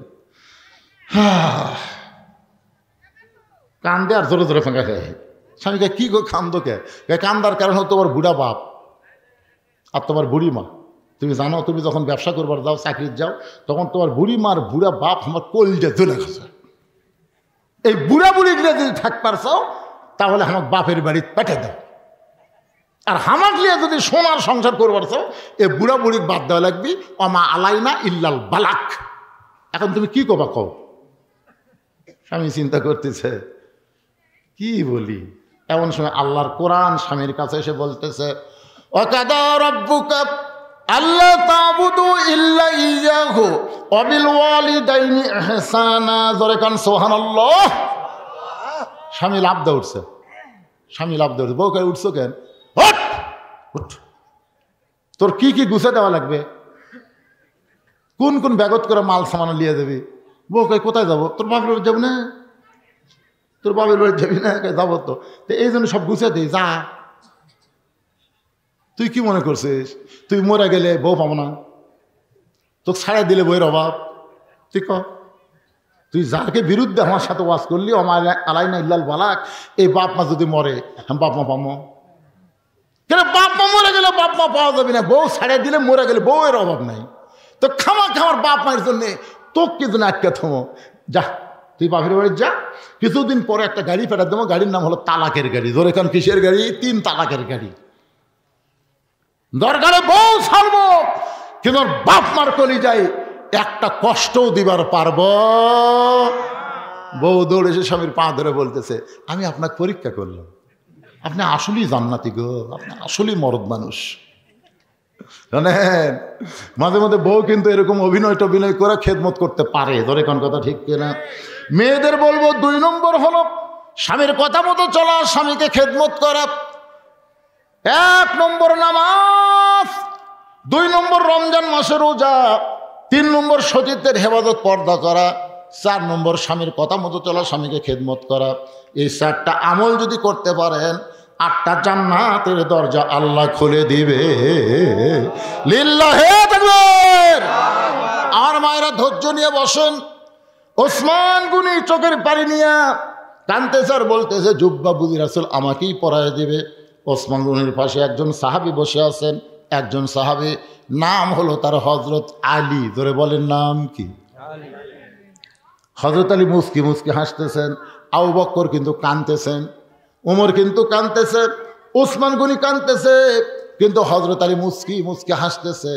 মুস্কি মুস্কি হাসার কারণ হলো আল্লাহ রাসূল বলেছেন, আদম আলাইহিস সালাম থেকে কিয়ামত পর্যন্ত যত মানুষ দুনিয়াতে আসবে, হযরত আলীর মতন এত বড় ডিগ্রি আল্লাহ কোনো নবীকেও পর্যন্ত দেয়নি। সে ডিগ্রির নাম কি জানেন? জানেন? আলীর একটা ডিগ্রি আছে, কাররাম আল্লাহ ওয়াজহাহু। আলীর চেহারাকে আল্লাহ তাআলা সবার উপরে সম্মানই করে দিয়েছে। জোরে কান সুবহানাল্লাহ। রাসূল বললেন, সাহাবীরা তোমরা শুনলে আশ্চর্য হবে, তোমাদের মাঝখানে এমন একজন মহামানব বসে আছে যিনি আমার চাইতেও 2 দিক দিয়ে সৌভাগ্যবান। সাহাবীরা বলে, না হুজুর, মহামানব তো আপনি একটাই, আপনি ছাড়বার কি? রাসূল ভাই তোমরা স্বীকার না করলে আমি স্বীকার করি, 2 দিক দিয়ে সে আমার চাইতে সৌভাগ্যবান। শুনে নাও, বাবা আদম থেকে আমি নবী পর্যন্ত প্রত্যেকটা নবীর বিবিরা জান্নাতি। আমার খাদিজা জান্নাতি, আমার আয়েশা জান্নাতি, আমার সালমা জান্নাতি, আমার হাফসা জান্নাতি। এভাবে নবীর বইয়ের কথা বলতেছেন, সব বিবি আমার জান্নাতি। কিন্তু জান্নাতি নারীদের নেত্রী কোন নবীর বিবি হবার পারল না। জান্নাতি নারীদের নেত্রী হবে সাইয়্যিদাতুন নিসা আহলুল জান্নাহ ফাতেমাতুজ জোহরা। আমার কলিজার টুকরা ফাতেমা জান্নাতি নারীদের নেত্রী। এই জান্নাতি নারীদের নেত্রী স্বামী যিনি, তিনি হলেন পৃথিবীর সৌভাগ্যবান স্বামী। ধরে কান্না সুবহানাল্লাহ। ওমর ফারুক বলে, ইয়া রাসূলুল্লাহ, যোহর নামাজের প্রথম রাকাতে প্রথম সেজদায় 3 বার সুবহান রাব্বিয়াল আলা আমরা পড়ছি, আপনি সেজদা থেকে মাথা তুলছেন, কিন্তু প্রথম রাকাতে দ্বিতীয় সেজদার যায় 100 বার আমরা সুবহান রাব্বিয়াল আলা পড়ছি, কিন্তু আপনি সেজদা তোলেন না। দ্বিতীয় রাকাত ঠিক আছে, তৃতীয় রাকাত ঠিক আছে, চতুর্থ রাকাত ঠিক আছে, কিন্তু প্রথম রাকাতের এই দ্বিতীয় সেজদায় এত লম্বা হওয়ার কারণ কি? আল্লাহ রাসূল বলে, সাহাবীরা তোমাদের সবার মনে কি হচ্ছিল? দু এক সাহাবী কয়, হুজুর আমরা মনে করছি আপনি বোধহয় অসুস্থ হয়ে আছেন, তখন আমরা কি উঠে যে আপনার কী করি, কিন্তু সাহস পাচ্ছিলাম না। তোমরা কি মাথা তুলে কেউ টেরা টেরা করে দেখছে না? না হুজুর, সে সাহস আমরা পাইনি, এবার একতে দায়িত্ব বিহাদ আল ইমাম বলে আমরা নিয়ত করছি, ইমাম যা করবে আমরাও তাই। আল্লাহ রাসূল বললেন, তাহলে শোনো, তোমরা যখন সেজদার মধ্যে সবাই ছিলে, ওই সময় আমার দুইজন পবিত্র তোমাকে সেজদার সামনে দিয়ে কুটকুট করে আইসা আমার পিঠের উপর দুইজনে বসে গেছে, দুই পবিত্র বসে আছে। এখন আমি নামাজরত অবস্থায় পিঠ থেকে ওদের নামাবার চাচ্ছি, কিন্তু নামাজের মালিক আমাকে বলতেছে, ইয়া রাসূলুল্লাহ, এই দুইজন পবিত্র যতক্ষণ আপনার পিঠে বসে থাকবে আপনি খবরদার সেজদা থেকে মাথা তুলবেন না। আপনি এদেরকে যেমন ভালোবাসেন আমি আল্লাহ তেমন ভালোবাসি। ওমর ফারুক বললেন, ইয়া রাসূলুল্লাহ, হাসান হোসেনকে আপনি পবিত্র বলতেছেন? আল্লাহ নবী বললেন, শোনো, জন্মের পর থেকে হাসান হোসেনকে আমি দেখেছি, এদের দুই ভাইকে এক মুহূর্তের জন্য আমি অপবিত্র হতে দেখিনি। সুবহানাল্লাহ খান না খান, সুবহানাল্লাহ খান। এখন হয়তো বলবেন, হুজুর হাসান হোসেন কি পেশাব পায়খানা করে নাই? করছে। পেশাব পায়খানার মধ্যে যতক্ষণ ছিল, তারপরে ওরা দুই ভাই আবার পবিত্র হয়ে গেছে জন্মের পর থেকে। মা খাদিজা বলতেছে, মা যখন আমার পেটের মধ্যে ছিল, হাসান হোসেনের মায়ের নাম কি? ফাতেমা। খাদিজা বলতেছে, যখন আমার পেটে রোকেয়া ছিল, আমার পেটটার ওজন হয়ে গেল, পেটটাও বড় হলো, আমার পেটে ব্যথাও হলো। রোকেয়া যখন দুনিয়াতে ভূমিষ্ঠ হলো, আমার পেটে হাফসা আসলো। আমার পেটে যখন এই যে কুলসুম আসলো, কুলসুম আসার পরে পেটটা বড় হলো, পেটের মধ্যে ওজন হলো, পেটের ব্যথা হলো। এমনভাবে নবীর তিনটা মেয়ের কথা বলে খাদিজা বলতেছে, ফাতেমা যখন আমার পেটে আসলো, আমার পেটের মধ্যে কোনো ব্যথা নাই, পেটটার মধ্যে কোনো ওজন নাই। নির্দিষ্ট সময় ফাতেমা যখন দুনিয়াতে ভূমিষ্ঠ হলো, আমি খাদিজা তাকায় দেখি, আমার কোনো প্রসব বেদনা ছাড়াই আমার মেয়েটা তার ইজ্জতের উপরে দুইটা হাত দিয়া এই দুনিয়াতে জন্ম নিল। আমি মা হইয়া পর্যন্ত ফাতেমার ইজ্জতটা দুই চোখে দেখতে পারিনি। সেই ফাতেমার গর্ভ থেকে দুইটা সন্তান। রাসূল বলেন, সাহাবীরা রে, নবীর বেটা নবী হওয়ার পরে কিন্তু জান্নাতি যুবকদের সর্দার নবীর সন্তান হবে না, জান্নাতি যুবকদের সর্দার হবে আমার কলিজার টুকরা হাসান আর হোসাইন। এ হাসান হোসেনের বাবা যিনি, তিনি হলেন পৃথিবীর সৌভাগ্যবান বাবা। সাহাবীদের নিয়ে রাসূল খাওয়া দাওয়া করতেছেন, হঠাৎ খুরমা খেজুর শুকনা খাবার, সব সাহাবী বসে গেছেন। ডান পাশে আলী বসাইছেন, বাম পাশে ওসমানকে বসাইছেন, আর ওসমানের পাশে বসেছে হযরত উমর, আর আলীর পাশে বসেছে হযরত আবু বকর। আবু বকর আর উমর হচ্ছে রাসূলের শ্বশুর, সুবহানাল্লাহ বলেন, আর আলী আর ওসমান হলে রাসূলের জামাই। খুরমা খেজুরের একটা খাওয়া দাওয়া হচ্ছে, খুব আনন্দ নিয়ে। নবী আমার খুরমা খেজুর খাচ্ছেন, আর আলীর সামনে চট করে বিচি রাখতেছেন। আলী খুরমা খেজুর খায়, নিজের সামনে বিচি রাখে। এক সময় খুরমা খেজুর খুব খাওয়া হলো। রাসূল বললেন, তোমরা সবাই একটু দৃষ্টি করে তাকায় দেখো, আমার আলী জামাইয়ের খুব ক্ষুধা রে, একলা কতগুলো খেজুর খাচ্ছে, সামনে বিচির ঠিক। হযরত আলী দাঁড়িয়ে বললেন, আসলেই তাই, আমার শ্বশুর বাবা, আল্লাহ নবী যখন বলেছেন আমার ক্ষুধা বেশি, আমি আসলেই বেশি খাইছি, বেশি না খেলে বিচির ঠিক মুখের সামনে হয়। কিন্তু তোমরাই বলো বাবা জিরা, নবীর সাহাবীরা, তোমরাই বলো তো ক্ষুধা বেশি কার, যাই বিচি বার করা খায় না বিচি সহ খায়? কারণ বিচি সহ খাওয়া মানে কি, এত খিদে যে বিচিটা বার করার টাইম পায়নি। আল্লাহ নবীর সামনে তাকায় দেখো, একটাও বিচি নেই, তাহলে খিদা কার বেশি? সঙ্গে সঙ্গে নবী দাঁড়ালেন, আলীকে বলেন, আয় আয় আয় আমার কাছে আয়। আলীকে বুকের মধ্যে নিয়ে কখন একটা চুমু দিয়ে বললেন, আলী, এই জুব্বাটা আমি তোর জন্যই রাখছি রে, এই জুব্বাটা তোরে পরায় দিয়ে ঘোষণা করলাম, আনা মাদিনাতুল ইলমে ওয়ালিও বাবহা। লাইলাতুল মিরাজে শুধুমাত্র নামাজ না, নামাজ ছাড়াও আল্লাহ গোপনে রাসূলকে এমন কিছু দিয়েছেন যেখানে আল্লাহ জিবরাইলকেও রাখতে পছন্দ করেনি।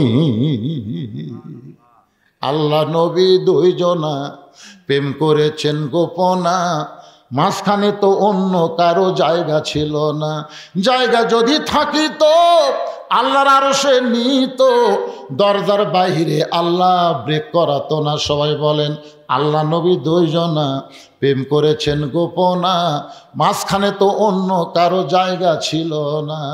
কেউ কেউ তাফসীর কারক লিখেছেন এসে তাকে পানি করতেছে, শিকল লড়তেছে।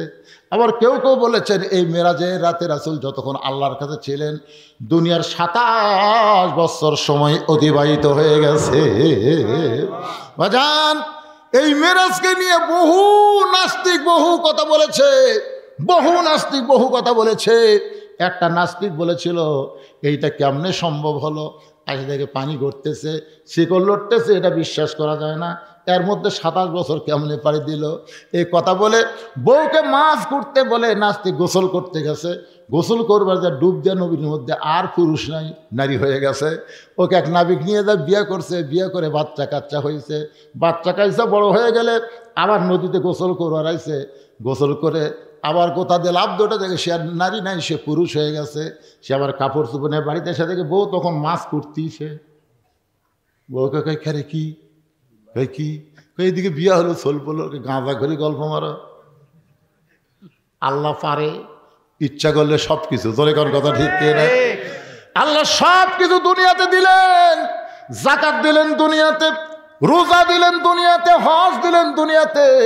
নামাজটা আল্লাহ নবীকে দুনিয়াতে না দিয়ে কেন আল্লাহর আরশে নিয়ে গেলেন? অবশ্যই এর মধ্যে কিছু আছে, যেরকম আছে না নাই? নামাজ দিয়ে রাসূল বলে আল্লাহ আপনার সঙ্গে আমার মিরাজ হলো, কিন্তু আমার উম্মতের মিরাজের খবর কি? আল্লাহ বলে নবীকে আপনি বলে দিবেন আসসালাতু মিরাজুল মুমিনিন, প্রত্যেকটা নামাজ আপনার উম্মতের জন্য আল্লাহর সঙ্গে মেরাজ হয়ে যাবে। এই জন্য রাসূল বুখারী শরীফের প্রথম হাদিসটা আপনারা দেখবেন, আনতাবুদুল্লাহ কাআন্নাকা তারাহু ফাইন লাম তাকুন তারাহু ফাইন্নাহু ইয়ারাকা। কোন আল্লাহর বান্দা যখন সেজদা দিবে আল্লাহ বলেছেন ওয়াসজুদ ওয়াক্তারিফ, সেজদা দেওয়া মাত্রই তুমি আল্লাহর এত নিকটে পৌঁছে যাবে। এক জগ পানির মধ্যে এক মুষ্টি চিনি দিয়ে 2টা ঘন্টন মারলে ওই পানির মধ্যে চিনি যেমন বিলীন হয়ে যায়, প্রত্যেকটা নামাজি বান্দা আল্লাহর মহব্বতে নিজের অস্তিত্ব তেমন বিলীন করে দেয়। তাই যুবকদের বলবো, বাবা যুবকেরা, তাহলে 10ম বছর তাফসীরুল কোরআন মাহফিল করলে হবে না, এবার ওয়াদা দাও 5 ওয়াক্ত নামাজ আদায় করা লাগবে। যখন কথা ঠিক কথা বলেন। যদি নামাজ না পড়ে, এত মারাত্মক কথা কারোর ব্যাপারে নাই। রোজা না করলে কাফের হবি, হজ না করলে কাফের হবি, যাকাত না দিলে কাফের হবি, একটা হাদিসে নেই। কিন্তু নামাজ সম্পর্কে বলা হয়েছে লা সালাতা লা ঈমানা, যার নামাজ নাই তার ঈমানই নেই।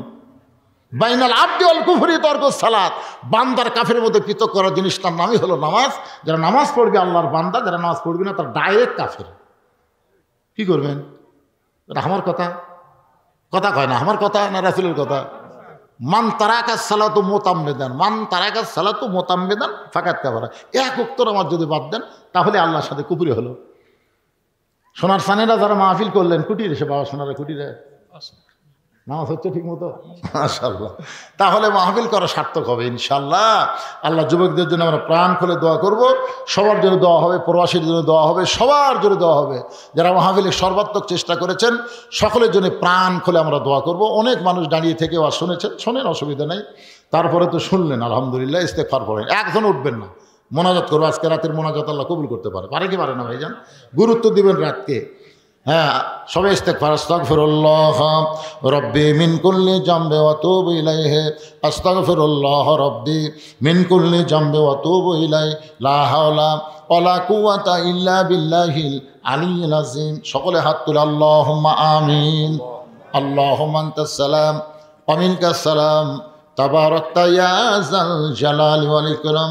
মাবুদ, কঠিন শীতের ভিতরে আরামের বাড়ি, আরামের ঘুম, ল্যাপ তোষকের মহব্বত কলিজা থেকে বের করে দিয়া আয় আল্লাহ তাআলা এই জান্নাতের বাগানে বসে বসে আলোচনা শোনার শেষে গুনাহগারের সঙ্গে রহমতের দরজায় ফকির হয়ে দোকানে হাত তুলেছে। মেহেরবানি করে আজকের মাহফিল আমাদের সকলের হেদায়েতের জন্যে, নাজাতের জন্যে, জান্নাতের জন্যে কবুল করো। এই মাহফিলের শুরু থেকে শেষ পর্যন্ত যত আলোচনা হয়েছে আল্লাহ, এর মধ্যে যদি ত্রুটি হয়, ভুল হয়, মাফ করে দিও। এর যা হাদিয়া মঞ্জুর করো, সোনার মদিনায় নবী পাকের রওজা মুবারকে আল্লাহ কবুল করে দিও। তামাম আম্বিয়ায়ে কেরাম, আসহাবে কেরাম, তাবিনী কেরাম, তাবিনী কেরাম, তামাম পৃথিবীর মাটির নিচে যত মুমিন মুমিনা আছে আল্লাহ, সকলের আরওয়াহ পরে হাদিয়া কবুল করো। ও মাবুদ, আমরা যারা হাত তুলেছি, আমাদের জনম দুঃখনী মা যাদের কবরে চলে গেছে, আল্লাহ মেহেরবানি করে মায়ের কবরকে জান্নাতের টুকরা বানিয়ে দাও।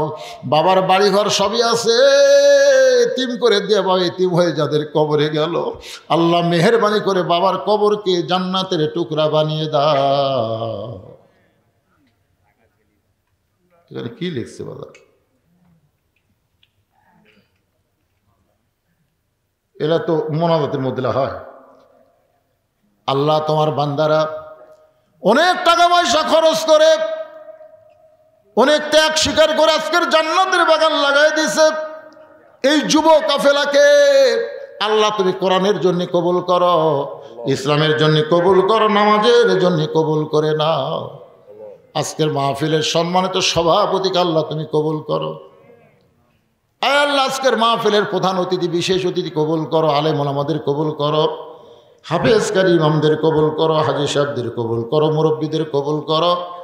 খাস করে আমার মা বোনদের কাবিদা সালেহা পদ্মানিজি কবুল করে মা ফাতেমার চরিত্র দিয়ে দাও।